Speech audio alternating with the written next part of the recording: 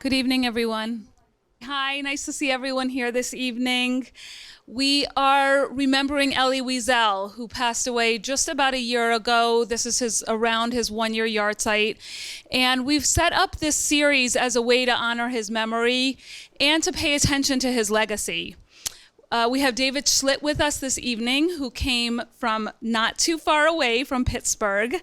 And this is the second speakers in the series. We had last week Menachem Rosensaft. This week we have David with us, and next week we have Rabbi Dr. Nehemiah Poland, who will be here. And he'll be speaking again in this room 1 week from tonight. The subject of his lecture is Lifting the Broken Hearts, Elie Wiesel's passionate engagement with biblical, rabbinic, and Hasidic masters. And what we're trying to do with this series is to show the different facets of Elie Wiesel's life and the different facets of his legacy that we are now working to carry on. I should also note that Rabbi Poland, who will be here on Monday night, he's coming before Monday. He's coming before Shabbat. To be a scholar in residence at the Cedar Sinai Synagogue, and he'll be delivering a few lectures there over the course of Shabbat. There's a flyer someone brought and put it out on the table in front. So I'll leave it on the table so you can have a look at it if you're interested in coming to a few other of his lectures as well.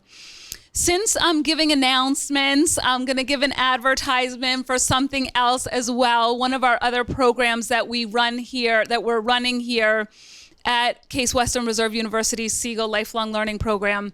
And that is our Jewish Lives series. This is something we do every summer.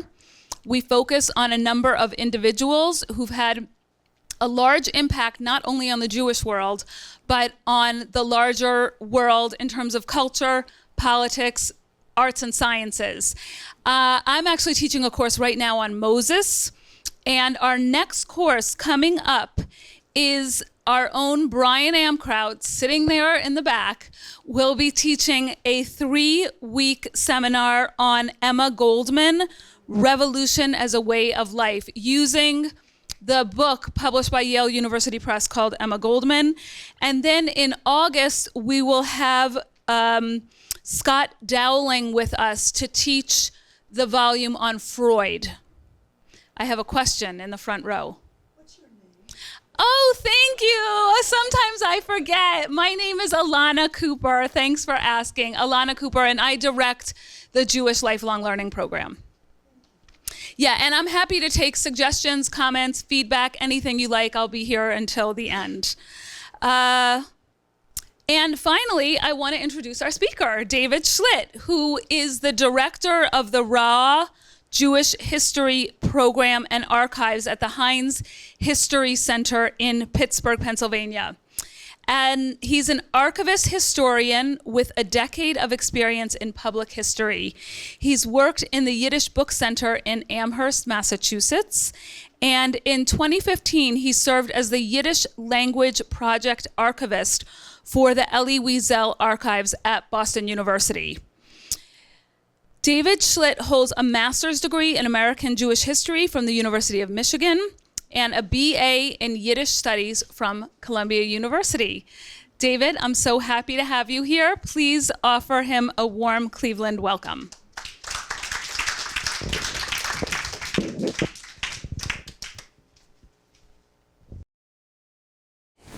Great, so thank you, Professor Cooper. Thank you, Professor Amkraut. I'm thrilled to be here with all of you tonight. I rushed in from Pittsburgh, made good time, and I'm really pleased to be here on, I guess, we're approaching, as Dr. Cooper said, we're approaching the first yahrzeit of Elie Wiesel's passing.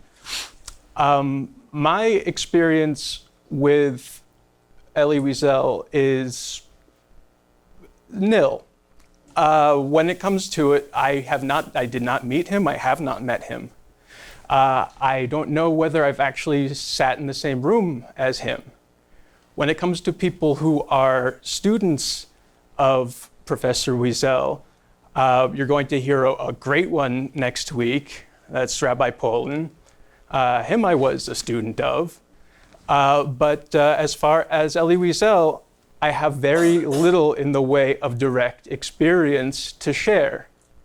What I have is the months that I spent in the archive in Boston University's Gottlieb Archival Research Center. I now work at the Rauh Jewish History Program in Archives in Pittsburgh.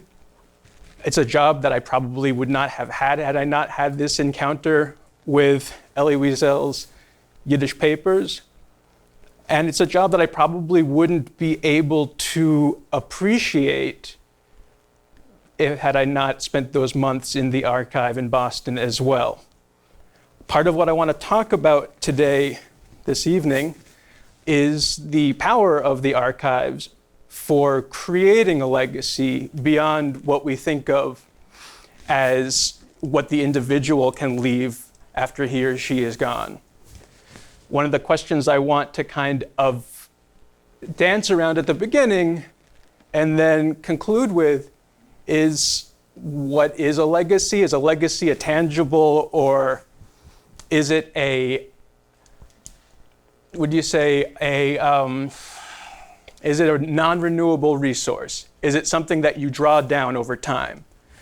Or is it something that can be infused with new life that other people can add to beyond what the person themselves does over the course of their life? And so my experience working with the Wiesel archives, with Wiesel's collections, I feel like got me toward some of those answers, and we'll see as we go through my experience and we spend a couple of minutes on what I learned and the lessons I took away from it. We'll see what we can do in terms of talking about Professor Wiesel's legacy as well. One of the things I also learned while in the archives was how language and language choices shape people's relationships, shape communities, shape people's perceptions of an actor or of a subject. And my role as the Yiddish-language archivist at the Gottlieb Archives, working in Elie Wiesel's collection, was working with really what was a pretty modest slice of the overall archive. Here, This is the website now, which is available worldwide, where you can search the collection of the Elie Wiesel papers. Out of the, I would say, 15 or 17 or 1,800 documents, archives, only about 300 of these were in Yiddish. Those were the ones I was responsible for. I was responsible for ordering them, for rehousing them, for processing them, for listing them, for making sense of them, and for doing some translation work as well for the overall finding aid, for the description of the collection. And in doing that, almost every day that I walked into the archives, I learned something that I had not previously known. Elie Wiesel was somebody who, despite not ever having met the fellow, was somebody who was kind of ubiquitous, I'd say, in my life and those in the life of my peers. I'm growing up in the Northeast in the 80s and 90s. He's a Nobel laureate. He is somebody who is at once a global world historical figure, someone who I would have thought of in the same sentence as a Desmond Tutu or Pope John Paul II. And at the same time, I felt as though, and I think a lot of my friends did, and a lot of my peers in the Jewish day school world, that there was a type of, we felt a sort of entitlement to him. We felt as though we got it, we got him. Almost a parental relationship, and not necessarily a flattering way, but in a way where you might be projecting things onto somebody to test out your own kind of moral compass, your own coming of age as a political person, as a religious person, He was such a constant presence and such a consistent seeming moral presence, someone of such consistent principles, that he was somebody that I would say I used as a foil as I was coming of age politically in certain ways. He had a consistency, as I said, of his principles and a gentleness of his delivery that seemed almost, I said, Sisyphean in some other conversation. There's something there was a weariness that could creep into the expression when he was giving a talk, when he was, that felt as though, to me, feeling rather impatient as an adolescent, as a young adult, I felt in some ways I felt impatient, I felt resistant of it. I felt, and along with some of his other critics, his persistence in delivering his messages of conscience, of memory, of responsibility, of duty, in a world that made a virtue of moral flexibility and of contingency, I had, like I said, little patience for that. I felt frustrated.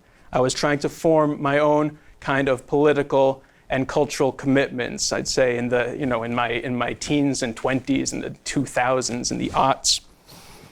And as I started to study Yiddish, I was worried that the Holocaust, as in some ways embodied by Wiesel in terms of his consistency, in terms of his sense of responsibility and duty to be a carrier of that message, I worried that it could become a lens through which we saw all of Jewish civilization. It could obscure other aspects of Jewish culture, Jewish civilization. It could lead to a certain kind of cultural flattening, a kind of teleological history leading up to the Holocaust, seeing that as the decisive moment in Jewish history and sort of pushing other things off the stage. I worried that it could have like an elegiac quality that was going to impose upon a lot of other aspects of Jewish history. And I projected a lot of that, in retrospect unfairly, onto Professor Wiesel. And a couple of experiences I had gave me a little bit more perspective, a little bit more grounding, without necessarily knocking that off knocking that off the platform. This idea, this concern about the Holocaust centrality in Jewish memory. As a graduate student at Michigan, I studied with Professor Anita Norwich, who wrote, I think, a marvelous book called Discovering Exile. And it's about Yiddish culture, Yiddish literature during the Holocaust. And Professor Norwich echoes those same concerns about the centrality of the Holocaust in certain ways. She says at the beginning of the book, "I'm one of those teachers who presents the literature of the Holocaust to earnest students as they seek to make sense of a time and of events they can scarcely contemplate. But I teach it with ambivalence. I believe that students should be exposed to this literature and should grapple with the moral, historical, and literary problems it raises. But I also believe that it is the wrong entree into Jewish studies. I fear that it may remain all my students will know about the modern experience of European Jews."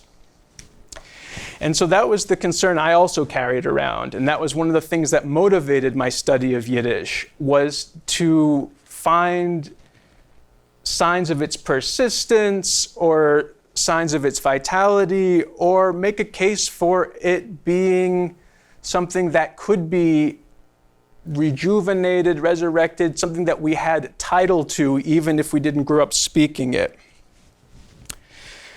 And then when I started at the Yiddish Book Center in 2000 as an intern, most of what I was doing there was schlepping boxes, but we also had some fantastic seminars, classes, Yiddish language classes, literature classes. And among the folks that came and spoke with us was Professor Naomi Seidman, another teacher, another role model, I think a great scholar of Yiddish literary history. And one of her projects in the 1990s, what ended up being actually a source of great controversy, and looking back on it, I have a hard time sometimes understanding why, but she did an analysis of the source text, you could say, for what became Night, or which was Und die Welt hat geschwiegen, and the world was silent. And she did a comparison between that original text written by Wiesel in 1956 with the French text that was the basis for Night, which came out 2 years later in 1958. And Seidman was rather critical in certain ways of the transformation that took place in between those two texts in those 2 years that went by. And a lot of it she lays at the feet of the person who wrote the foreword. This was the French Catholic priest Mauriac. And she says, comparing the two books, comparing the 56 and the Welt hat geschwiegen and Night 2 years later, she says, there are two survivors then. There's one survivor who speaks to a Jewish audience and one whose first reader is a French Catholic. The survivor who met with Mauriac labors under the self-imposed seal and burden of silence, the silence of his association with the dead. The Yiddish survivor is alive with a vengeance and eager to break the wall of indifference he feels surrounds him. Whereas the Yiddish survivor the Yiddish survivor is alive with a vengeance and eager to break the wall of indifference that he feels surrounds him, as I just said. Wiesel found the audience he told his Yiddish readers he wanted, but only, as it turns out, by suppressing the very existence of his desire, of the desire for vengeance, the desire to express rage, by foregrounding the reticent and mournful Jew who will speak only when at the urging of the older Catholic writer.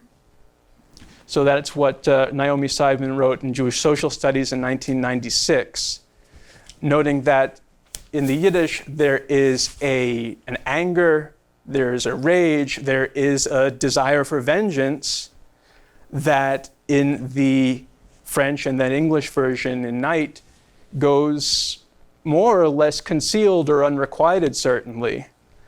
And the audience to which the two books are directed become very different. One is much more particularistic. One is much more, it kind of goes back into the old, almost, this axiomatic kind of breakdown between the Jewish, like the Judaic and the Hellenic, or the Jewish and the Christian, this idea of Jewish law and Christian, grace. And it falls back into those kind of well-worn categories. And Seidman is rather critical of the turn that Wiesel takes when he makes the text accessible for this larger Gentile audience with these values that she doesn't necessarily embrace as well. And she sees it as a bargain, as a Faustian bargain in certain ways. And that was one of my first encounters with this idea of what I introduced a few minutes ago, this idea of what language does in terms of how it selects an audience, in terms of the common vocabulary that it chooses or the cultural vocabulary that it has to draw on. And I found it very appealing. It kind of aligned with some of the same searching I was doing at the time. And I carried that with me forward the following years until I started this job in 2015. And so when I started at Boston University, I had this notion that language does have an effect on how things are perceived, how things are received, what audiences we choose, what values we embrace.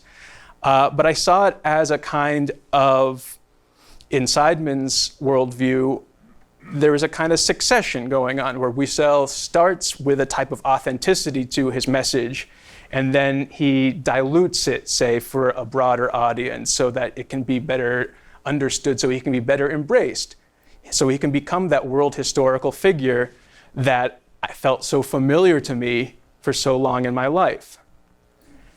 And when I started going through his papers, I realized that no, there is not a simple kind of succession of values that's going on here, not at all.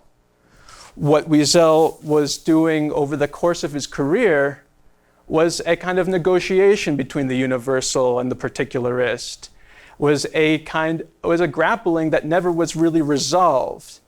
And I think in some ways happily so. I don't think there are certain squares that you can circle or circles that you can square. And what I also realized is that contrary to what Naomi Seidman seems to suggest in terms of moving toward this broader audience, there is no abandonment of Yiddish literature, Yiddish culture in Wiesel's career. And that came as a great surprise to me. The fact is, every day, as I said, I was learning something new that totally surprised me about a person who I very superficially presumed to know. The first thing that struck me was the fact that he wrote for the Allgemeine Journal from the start, from its beginning in 1971 to well into the 21st century. This being the ultra-Orthodox paper loosely affiliated with Chabad Lubavitch, and has a circulation maybe in the 5 figures. And for somebody, this Nobel laureate, for somebody who kind of can stride upon the earth as someone who's going to be recognized in anywhere that he's going to be traveling, I found it sort of amazing that he would have these kind of either weekly or monthly kind of drushes. He would have these Dvar Torahs, he would have these sermons, drawing on Hasidic traditions, and writing in a really, prachtige Yiddish, a really lovely, a lovely fluent Yiddish that never diminished, that he never left, and that never left him. And that came as something of a surprise. And then I started going through the correspondence in Professor Wiesel's collection, and there I absolutely was floored. Let me see.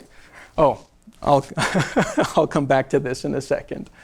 But I started to compile the list of the folks that he was corresponding with, and it was a who's who of post-war Yiddish literature.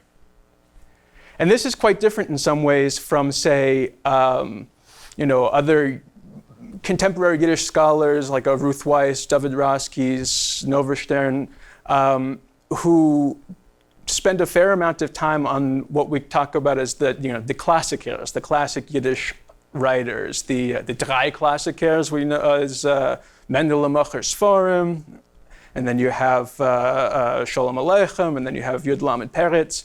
You have these kind of canonical Yiddish writers that some of the big names in contemporary Yiddish scholarship continue to turn over that very fertile soil. And Wiesel, you don't see a lot written about these pre-war figures, these late 19th, 13th, early 20th century figures. What you do see is a kind of like pardon the expression, a murderer's row of like real A-list great Yiddish writers writing during and after the Second World War. Many of them, based in Montreal, or Israel, or New York. And just looking down the list, Yankif Gladstein, Chaim Grade, Bluma Lempel.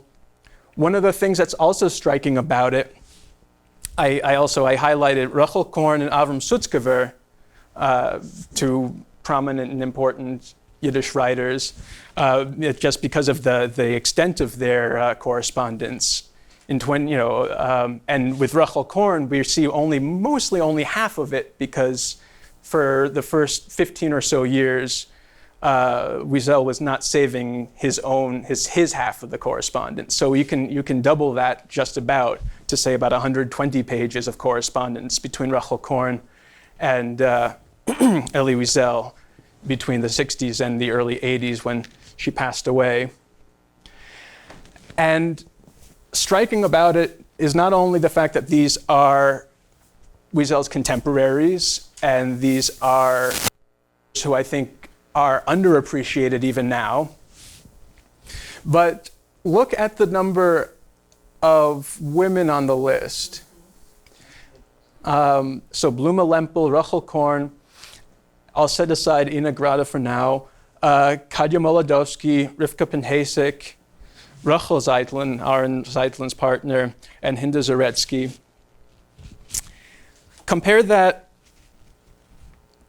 to when Irina Klepfish, the contemporary Yiddish poet, in her introduction to Found Treasures, an anthology of Yiddish women writers, she does a little bit of an audit of Yiddish literary collections, talking about the kind of the Howen Greenberg, everybody knows, many people know, Treasury of Yiddish Stories. That's the starter set, more or less. 23 writers, 620 pages, no women. Lucy Davidovich, The Golden Tradition.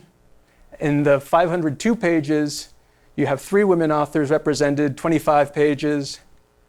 And then you have, going down the list. No women in the 254 pages of Pushcarts and Dreamers. 1 woman writer in Left Witches out of 82. And then another Howen Greenberg collection, Voices from the Yiddish.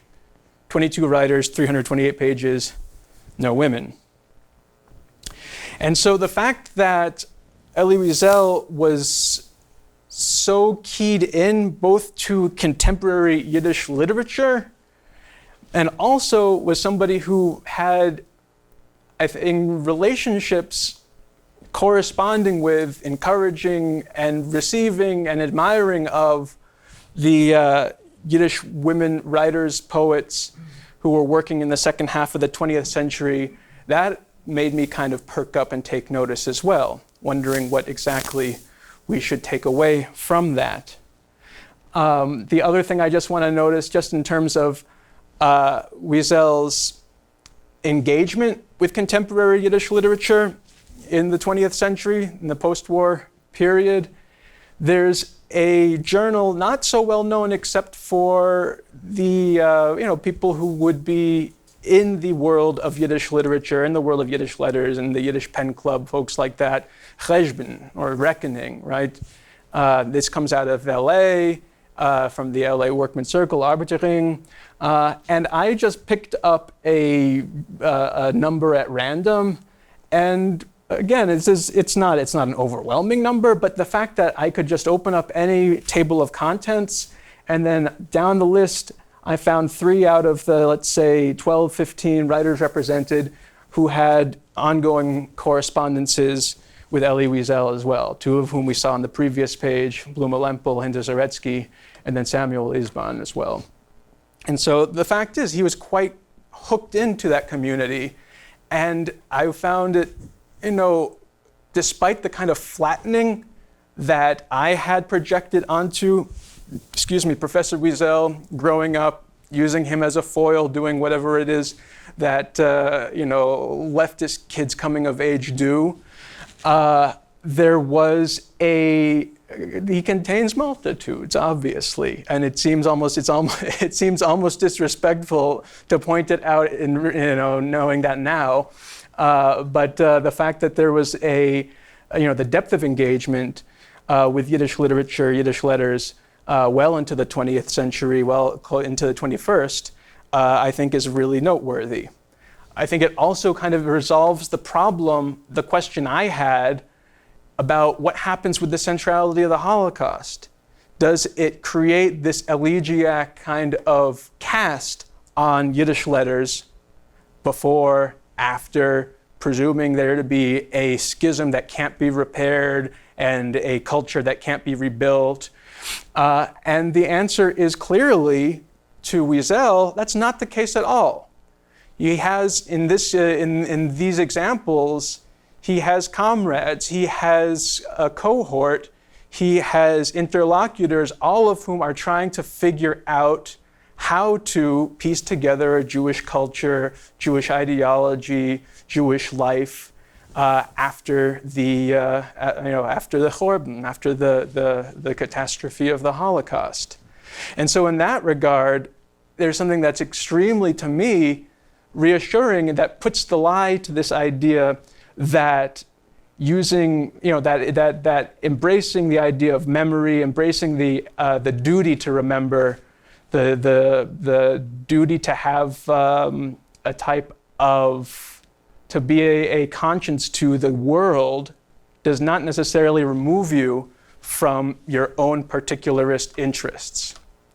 And then I think that goes to why Elie Wiesel happens to be so engaged, not just with contemporary Yiddish literature, but with these women authors as well. And this is something where I want to read a little bit more from Irena Kleptevich and her, her short history, a kind of a feminist history of Yiddish literature. And I'm going to take a drink of water. She writes, as feminist criticism is shown, Western concepts of the universal assume the primacy of men's feelings, experiences, and perceptions. They treat women's experiences as trivial or fail to differentiate them from men's. Either way, women's experiences are erased.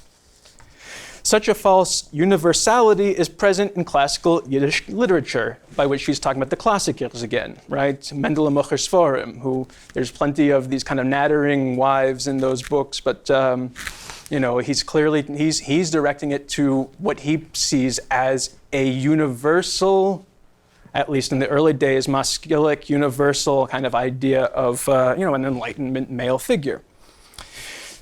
So she continues to say, the classical writers left us images of Jewish life which lend themselves to nostalgia and to the fabrication of a coherent and orderly past. These women's stories, she's referring now to the women who are featured in Found Treasures, they do not allow for such fabrication. More resistant to nostalgia, they provide a past which cannot be romanticized, and which, for women, does not differ in many ways from the, quote, liberated present in its contradictions and challenges. So in this regard, it seems to me that the alienation, the isolation of these 20th century women poets and writers did more reflect the alienation and kind of division between the universal and the particular that Wiesel is struggling with as well. I think there was a kinship there that he identified. I didn't find anything in the archives that would indicate that he was championing women's literature qua women's literature, but clearly his relationships with the authors and poets and his both encouragement and also clear admiration for, I think spoke to the fact that they were grappling with the same kind of the same crisis of the present, the same crisis of modern times. And there's something also just that I want to circle back and note in the list of figures that Wiesel corresponded with. You have at the top of the list, alphabetically, is Yankov Gladstein, Jacob Gladstein. And for anybody who's picked up World of Our Fathers, I imagine most of you have a copy somewhere in the house. If you didn't get one for your bar mitzvah as I did, you probably came across it from some other way. And there's a quote there that's since become kind of just again, this kind of central Yiddish quote that's used in a lot of classrooms, sort of sardonic, but also, but also something with some real truth to it and pain behind it. He says, what does it mean? This is Glattstein talking to Irving Howe. What does it mean to be the poet of an abandoned culture? It means that I have to be aware of Auden, but Auden need never have heard of me. And this is something where, again, with Wiesel's engagement with Yiddish literature, there is a kind of, he can provide a succor to the people that have been abandoned, to the writers that have been in certain places forgotten. He's not necessarily going, he's not going on the road to promote, or was not going on the road to promote certain of these authors, but he is engaging with them seriously. And in doing so, I think that offers, more of a salve than, say, showing up on the New York Times bestseller list.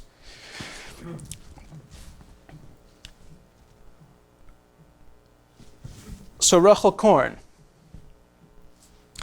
Rachel Korn was, I would say, did in her time get some of the recognition that to which she was entitled, to which she certainly deserved.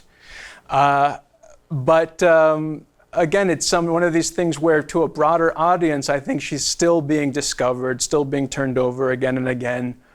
And for me, going through these papers and then starting to put together page after page of correspondence between Rachel Korn and Eliezer Wiesel, there was something that shattered my ideas of who Wiesel was, of his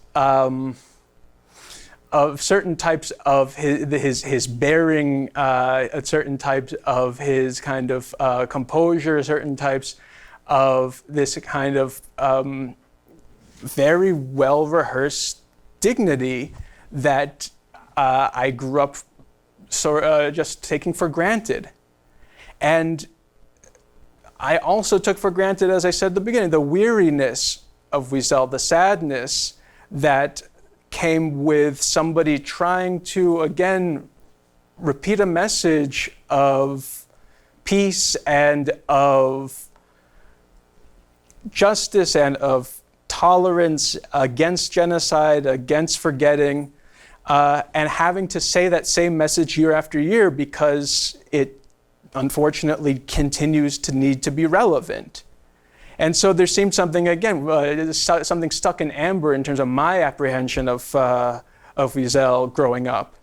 And there's a dynamism in his correspondence with Rachel Korn, not just a dynamism, but there's something that also almost seems, frankly, flirtatious. Rachel Korn being about 30 years older than him and, coming from a very different set of circumstances, both of them being made homeless by the cataclysms of the middle of the 20th century, but Wiesel ending up in the U.S., ending up with these pretty good sinecures at BU and elsewhere, and Rachel Korn becoming part of a close-knit but not necessarily worldwide recognized literary community in Montreal. But I wanted to just go through a couple excerpts from their letters. I've kind of bracketed it with their early correspondence in the early 60s, and then later in Rachel Korn's life, she passes away in 82. There's a couple of responses that I wanted to share as well, because I think that they they humanize somebody who is larger than life, and I think this applies in some ways to both figures. There's a playfulness and a punchiness and an excitement at having discovered one another in a world where people felt that sense of deep alienation, well-earned, that when you find somebody that understands you and that can unlock the certain questions in you and certain problems for you, there's something that feels quite revelatory about it. So I'll just read a couple of lines from the Yiddish, and then we'll continue on. It'll continue onto the second page. Starting from, let's see if I can even, from the second paragraph. Euch wollt sich nicht gekannt wünschen, a besser zivt, right? Like a zug in Hebrew, a match. Für meine Lieder, wie euch, lieber Eliezer Wiesel, und bet bei Gott, als andere sollen nicht haben die gute Kavane und dem schlechten Einfall zu schreiben in Vorwärts wegen mein Buch. So she's saying that I saw in you somebody who is the ideal kind of groom or suitor for my work. You know, this is Wiesel at this point would have been in his early 30s. Is this right? Yes. And Rachel Korn is about a little over, in her mid-60s here. She said in these hours we spent together, she was able to decipher, right, dechiffrieren, the hidden treasures that lie within you, to locate within you an acutely sensitive person, the great bard, the great poet of our generation, albeit one who works in prose. She recognizes something in Wiesel, and then you'll see later Wiesel recognizing in her something as well when he reviews the book that she's referring to here, which is in Jennerzeit Lied, which is on the other side of the poem. She said also, she continues to say, and this is again, it's like to me, it's flirtatious, it's completely delightful. She said, Agiv, hat ich gehört, what is it? Hat ich gehört von eure Kräuven, welche ich habe getroffen bei a Party, als ihr kommt her 13. Mai. So I met your I guess this would be referring to his sister, B, who was in Montreal as well. That at a party they ran, she got to meet his family, and then hears that he's gonna be in Montreal the 12th, 13th of May. Habe ich sich schon, what does it say? Angesagt, als ich will euch kidnappen auf a ganzen Tag. Natürlich mit eurer Haskomme. So I already told them that I'm going to kidnap you for an entire day, naturally with your permission. And so they have this real crackling kind of relationship, and going forward, looking about 18 years down the line, you have Wiesel writing to Rachel Korn, using a kind of playful, inventive language that I did not associate with Elie Wiesel, right? And they're trying on, I think, some of each other's habits, trying on some of each other's literary tics or literary interests, literary, what's the word I'm looking for? It's fine. Is unsere Molekül begegnet bei mir, in mir, frisch und befreierisch. So this is our last encounter, is still fresh within me. And it says der Freierisch, rather than using the term der frisch, it's not just refreshing for me, it's fresh and frei. So I felt liberated by this encounter, by the conversation. Oix is, what is this? What is this? Oix is Faran Azah. This is Wort, right? If there's even such a word as der Freiernisch, fresh, liberatory. That's what I'm trying to work it through as. Me darf anhalten dem what it says, contact, right? We have to remain, we have to build contact, we have to have a foundation, build our foundation of contact. Teire Rachel Korn, dear Rachel Korn, Lomir, sich sehen. And soll sein in Florida. She's at this point in Florida. So he's going to come down, they'll visit. And he's quite straightforward in saying he is a Verehrer, a fan or an admirer.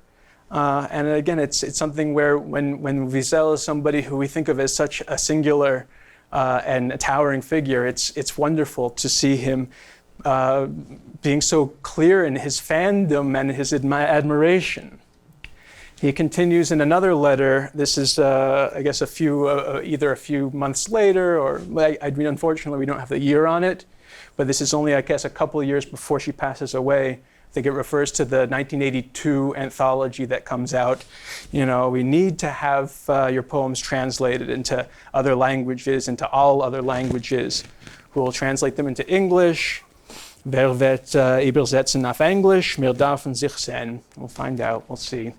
And there's something in that also where it reminds me again of Glattstein.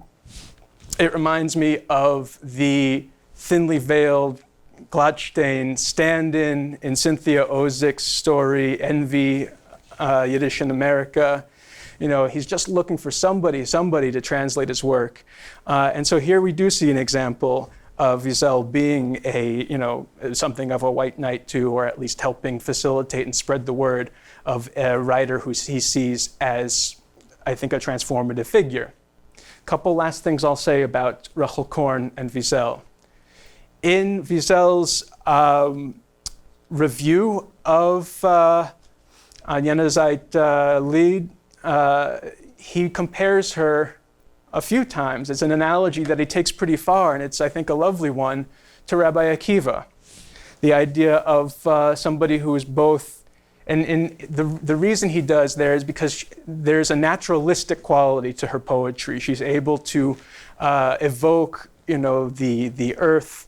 She's able to create a kind of sense of substance out of something that seems as ephemeral as a poem. So there's an earthiness, there's a tangible quality to her work, in the same way that there's an earthiness to Akiva, who comes to learning late and who's an outdoorsy sort of fellow. And this is something where he's projecting onto, or onto Rachel Korn's work, which is quite secular at least on the surface. He's finding the deep, the deep Jewish cultural heritage, the pedigree behind it. And the sense I get is that, when she talks about him as being the ideal reader for her poetry, she is not naive in the decisions that she makes and the choices that she makes. And the fact that he's pulling things out there which may not be on the surface but inform her writing, I think is really, again, it's one of the best gifts you can give a writer, to have that relationship. So the last thing I want to bring our attention to is the slide that I scooted by initially. Because I have an analogy of my own that I want to try out on all of you. And it's the idea of the bedeckens, the idea of the veiling during a Jewish wedding.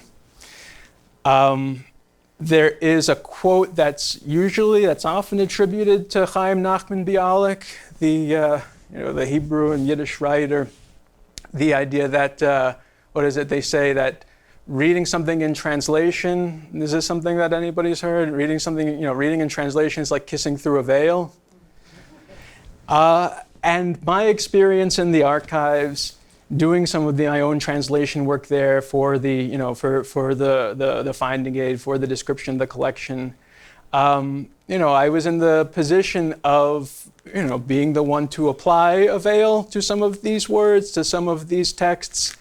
And in doing that, I found there to be an incredibly, it was an intimate experience. And that brings me back to what I was saying initially about not having ever met Wiesel. It was in the last year, the last year of his life when I was working on his collection. He was not in great health. He was in New York. And I felt and I feel an incredible sense of, I feel great privileged to have had that close contact with the kind of intimate papers of the daily, the material of daily life, and the material that shows that there's a richness, complexity to an individual as seemingly well known, seemingly well apprehended as Wiesel, and that there isn't a clear trajectory, that there is we all kind of have our vulgaring around in terms of having to negotiate a world which is awfully hard to make sense of. And so to be able to be in the position of having, of veiling Wiesel's work was an incredible privilege. So the last thing I will say now, and then I'll take questions, don't want to go on too long, is returning to that first question of what is meant by legacy, where we have Wiesel talking about in his quotes that are best known, these ideas of keeping memory alive, bearing witness. So what do we mean by legacy? What does it mean to keep memory alive? Is memory a finite resource, a substance to be conserved? Does a legacy depreciate over time? My experience at the Gottlieb Archival Research Center and now at the Rauh Jewish History Program and Archives tells me that legacy is not a question of depreciation. It's not a question of a finite resource. I believe that history is a generative practice. It's a creative practice. And archives are a fertile space for that generation, for that learning and for that creation, where you can discover and forge new connections, reassessments of a life, and reassessments of work, and continue to grow a person even after they have left the earthly plane. So with that, I'll be happy to take questions for as long as folks have them. And Oh, so I just wanted to get a couple of pictures of a bedecken, showing that the experience, because that is what I see as one of the kind of romantic high points of the Jewish wedding, is when the groom veils the bride before the going to the chuppah. So there is, I think, even though it's treated, when we talk about that kind of apocryphal quote from Bialik, that the veil is something that distances us, there's something in the process of translating, there's something in the process of teasing apart somebody's work that can actually really tie you to them and reveal things about them, even in the course of concealing them as well. So.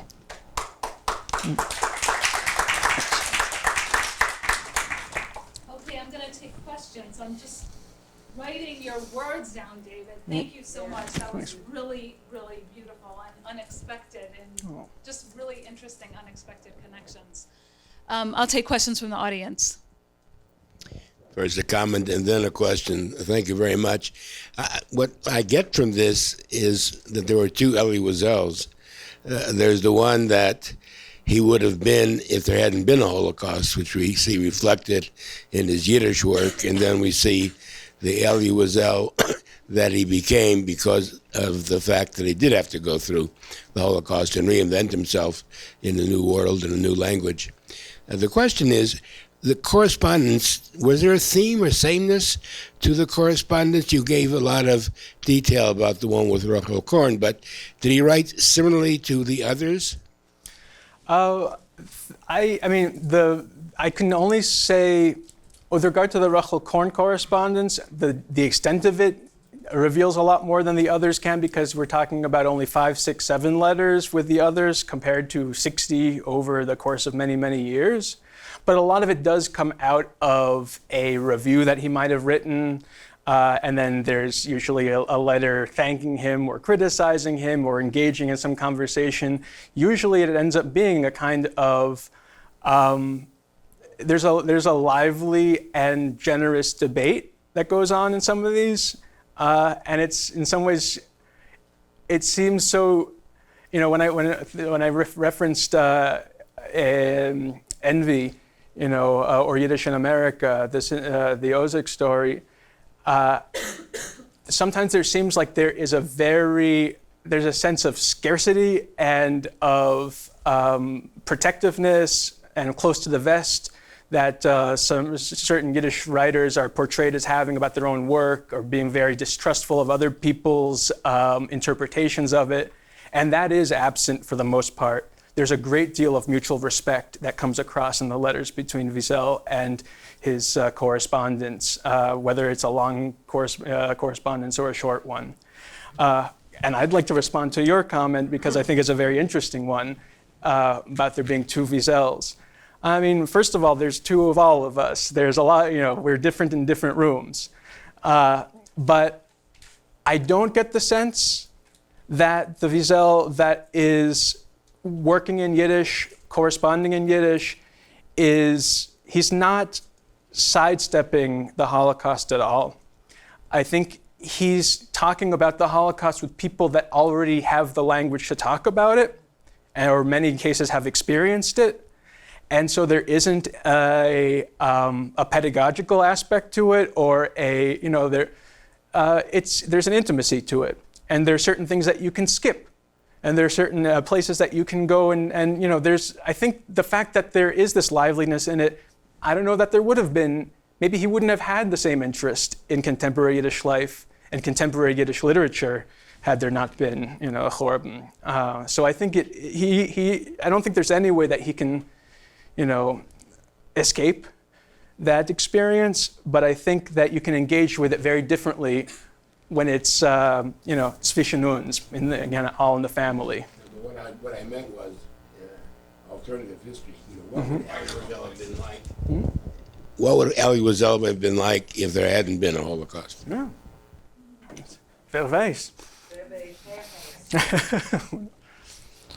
Quick question I might have misunderstood. As far as the Elie Wiesel Yiddish archives, how much is available online?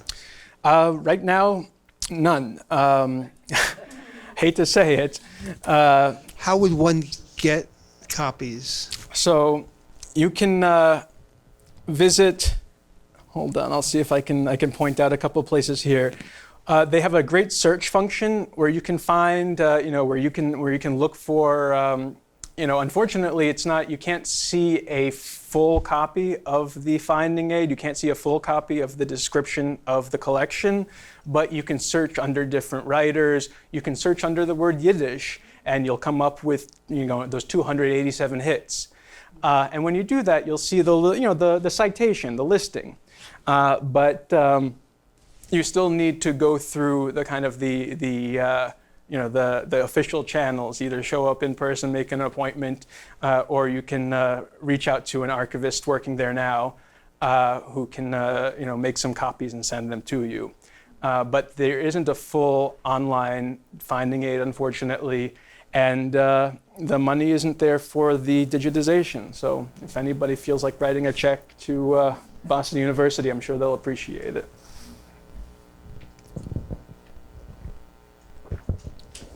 I have a simple question on a difficult subject. Having been through a few languages, when you talked about Wiesel's Yiddish and French texts, Mm-hmm. was the English allegedly a translation? The English was the translation of the French. I'm sorry, I should have mentioned, I would forget the English. What was the translation from Yiddish to French? Was that projected as a translation? I think there are people that understood it as such, and it took the work of Naomi Seidman in certain ways. I mean, the fact is, the Yiddish text is twice as long, and the ending is different. And the ending is much more unresolved. and doesn't have a kind of, it doesn't have a teachable moment in the same way that the As a translator, you're probably aware of the Italian expression traditori tradutori. I don't speak Italian. Well, trade translation is treason. To get the sentence. I think, you know, there's certainly people that understood it that way. There's something that's sort of upsetting to me when I was looking for the text of Naomi Seidman's article online. The place that I found it was on a site belonging to a French Holocaust revisionist organization. Wow. And so this is something where, you know, this is a very disturbing thing. The idea that people would treat the fact that these texts are different and are targeting different audiences as somehow evidence of hypocrisy or of falsehood. And so that is something to be aware of, and it's a troubling thing.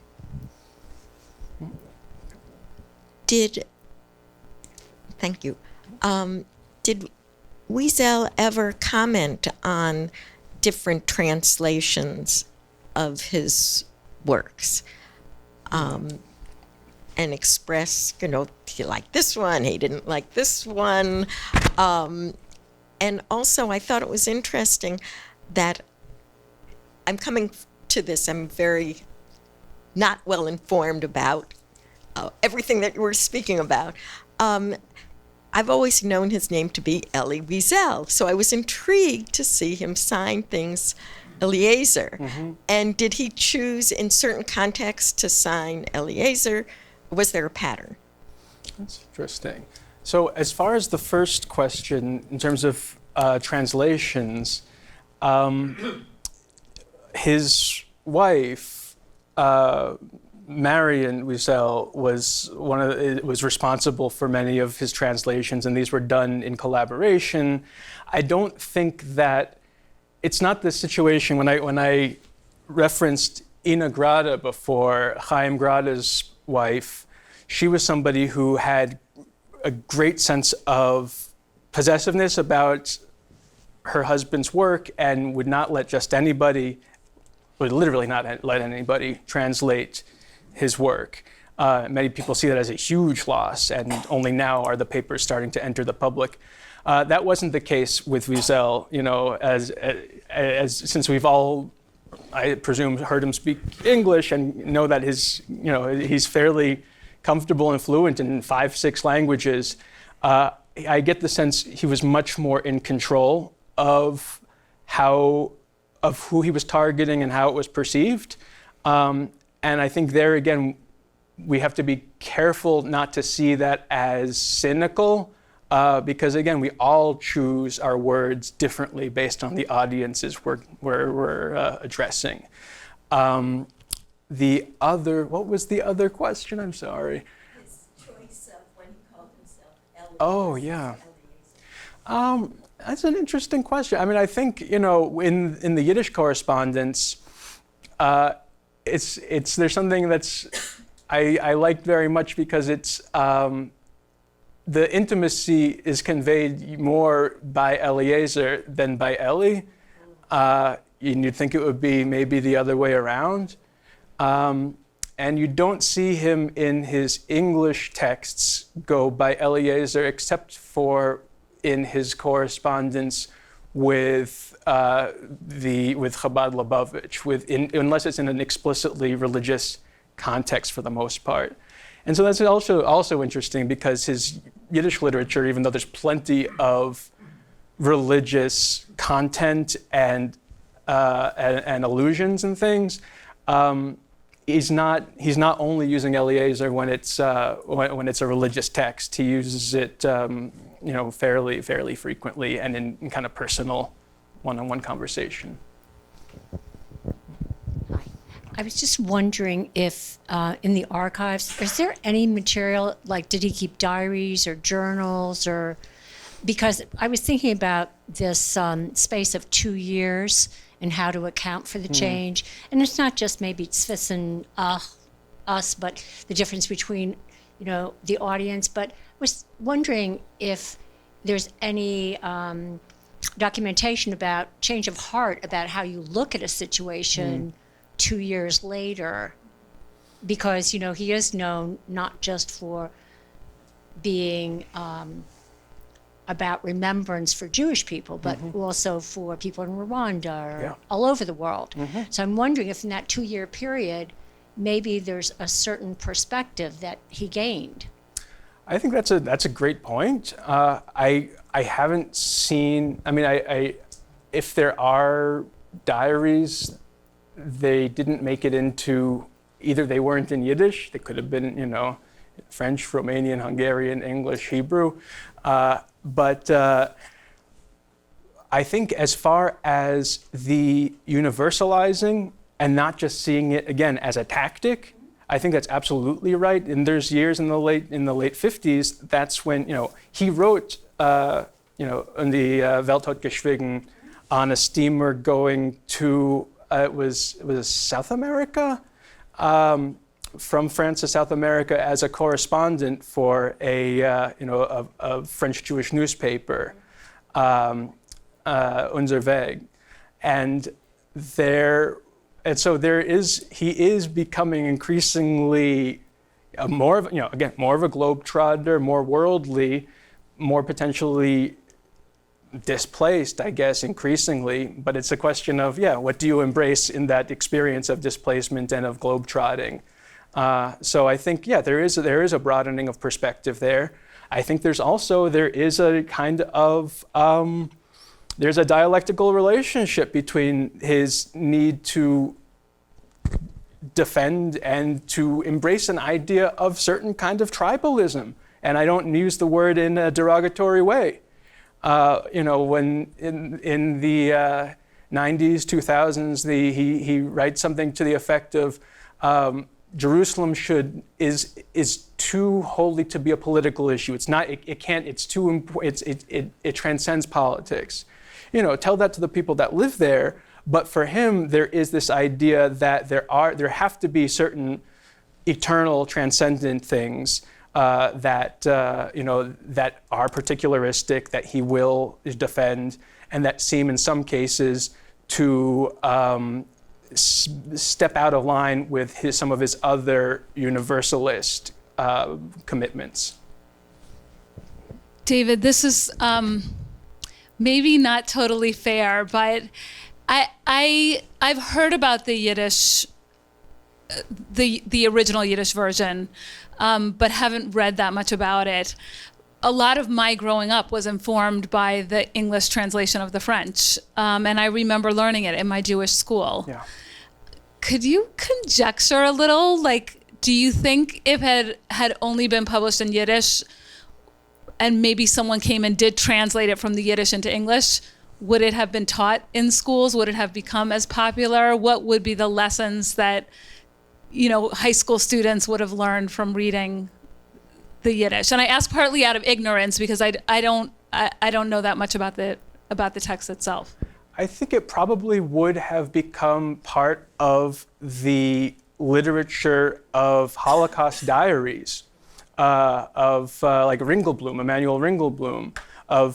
It would have been treated as documentary and not as literature. And I think that it would have been, and in doing that, I think he would have had to relinquish a lot more control over the story and over his continuing kind of work to maintain the to maintain the memory, to foster the memory, and to warn against genocide going forward. I think the creative license that he took in Night, relative to, there are different creative license that's taken in the Welt hat geschwiegen, but the very clear literary cast that he imposes upon it, I think, gives him flexibility going forward as well. And I think that, again, people use that again, they try to use that against him. They try and see it as an example of him being, somehow a liar or a hypocrite or whatever. But I think he's wanting to take ownership of his experience in a way that I think someone like Ringelblum or something doesn't have the opportunity. Thank you. I don't know anything about his personal life. Was he married? Did he have children? And how did his family evolve? Okay, so he was married. He married an Austrian Jewish survivor named Marion Erscht in 1969. And it was also, I believe, with I think there might have been the shidduch, there might have been the match made, I think, by the Menachem Schneerson, by the Lubavitcher Rebbe, even though neither, well, I mean, he doesn't read in terms of his attire, in terms of his, lack of beard, as a Chabadnik, as a Lubavitcher Jew, as an ultra-Orthodox Jew. But he was actually, he stayed very much involved. He was very much involved in the community, both in terms of his writing for the Allgemeine Journal, and also one of the things I learned, sorry to take us off topic from your important question, is that he was one of just a few people that were kind of sent by Schneerson, by the Lubavitcher Rebbe, to be these kind of Lubavitch Shlichim, who didn't necessarily, didn't come from central casting, so Wiesel is one of them. Another was Karlbach, Shlomo Karlbach, and then the third is Zalman Schachter Shalomi, who's the founder of Renewal Judaism.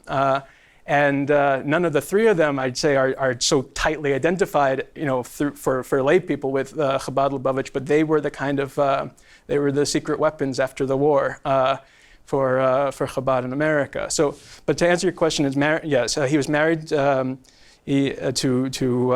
Marion Erscht, and they had one child who was Elisha Wiesel, who is a trader on Trader on Wall Street currently.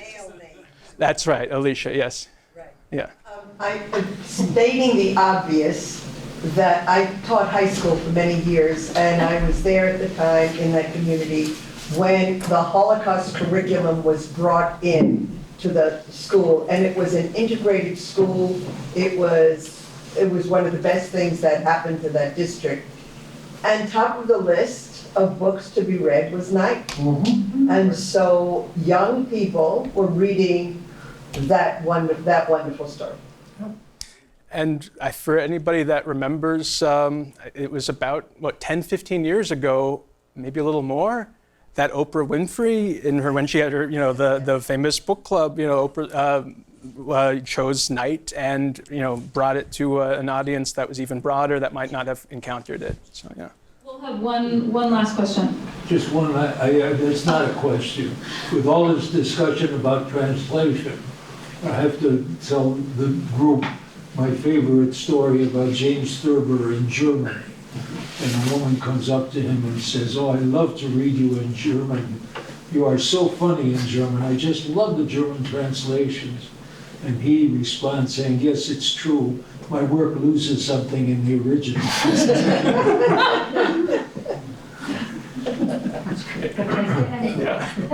Wasn't Elie's first job in France a correspondent for Forwards, Yiddish Correspondence? Well, he was a correspondent for the Forwards from, I think, 60 through the early 70s. I think he wrote for a French newspaper before then for a couple of years as well. But he was based, you're right, he was based in France, he was based in Israel, he was based in New York as a correspondent for different international Yiddish papers. Yeah. Elie and I have a lot in common. We were both born in 1928. We are both survivors. Our mother tongue, our Mameloshn is Yiddish. And Elie went to France, I went to England after the war. And I look at him as by the way, I've met him several times. I look at him as a genius, because how old was he when he first wrote his book? Early 20s. So that would have been 24. Yeah. And I ended up in England, and I can't picture myself doing what he accomplished at a young age. Yeah. I think he's a genius. Absolutely.